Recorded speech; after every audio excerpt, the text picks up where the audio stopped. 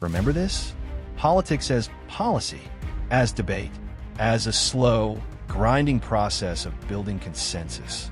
Political parties were like old, legacy corporations. They had platforms, white papers, focus groups. They were dependable. They were dull. They sold a product called governance. But the world doesn't run on policy papers anymore.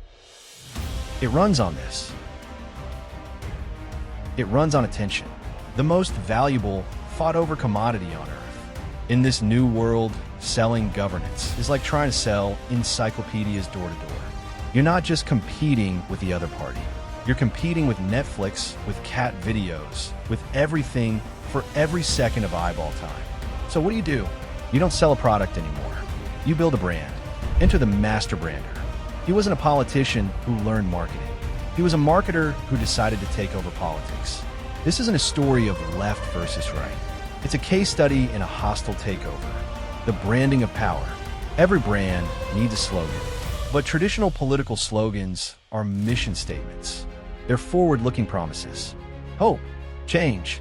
They're abstract.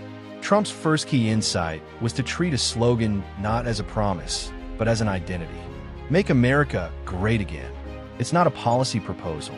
It's 4 words of pure, uncut nostalgia. It's a feeling. It implies a story. America was great. It isn't anymore. And we are the ones who can bring it back. It's Nike's just do it.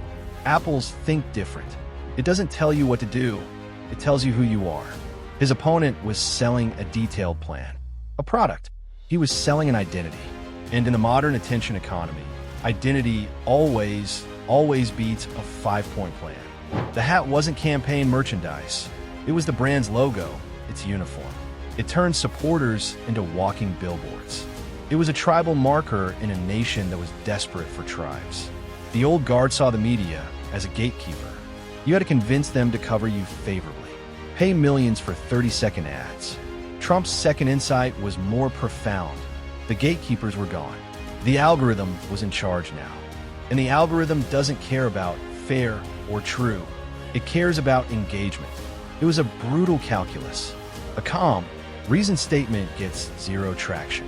An insulting nickname, Crooked Hillary, low-energy Jeb, generates outrage.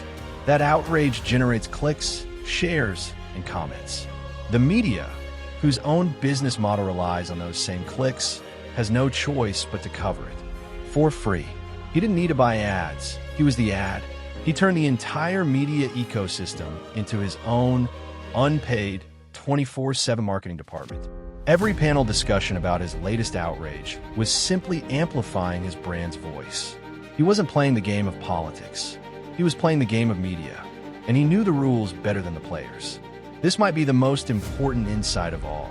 Traditional politics builds coalitions of interests. Unions, farmers, suburban women. It's transactional. You vote for me, I'll pass this tax cut. Trump didn't build a coalition. He cultivated a fan base. A voter can be persuaded by a better argument. A fan cannot. A fan's loyalty is to the celebrity, the brand personality, not the policy. When the media or opponents attack the celebrity, what happens? The fan doesn't abandon him. Their loyalty deepens.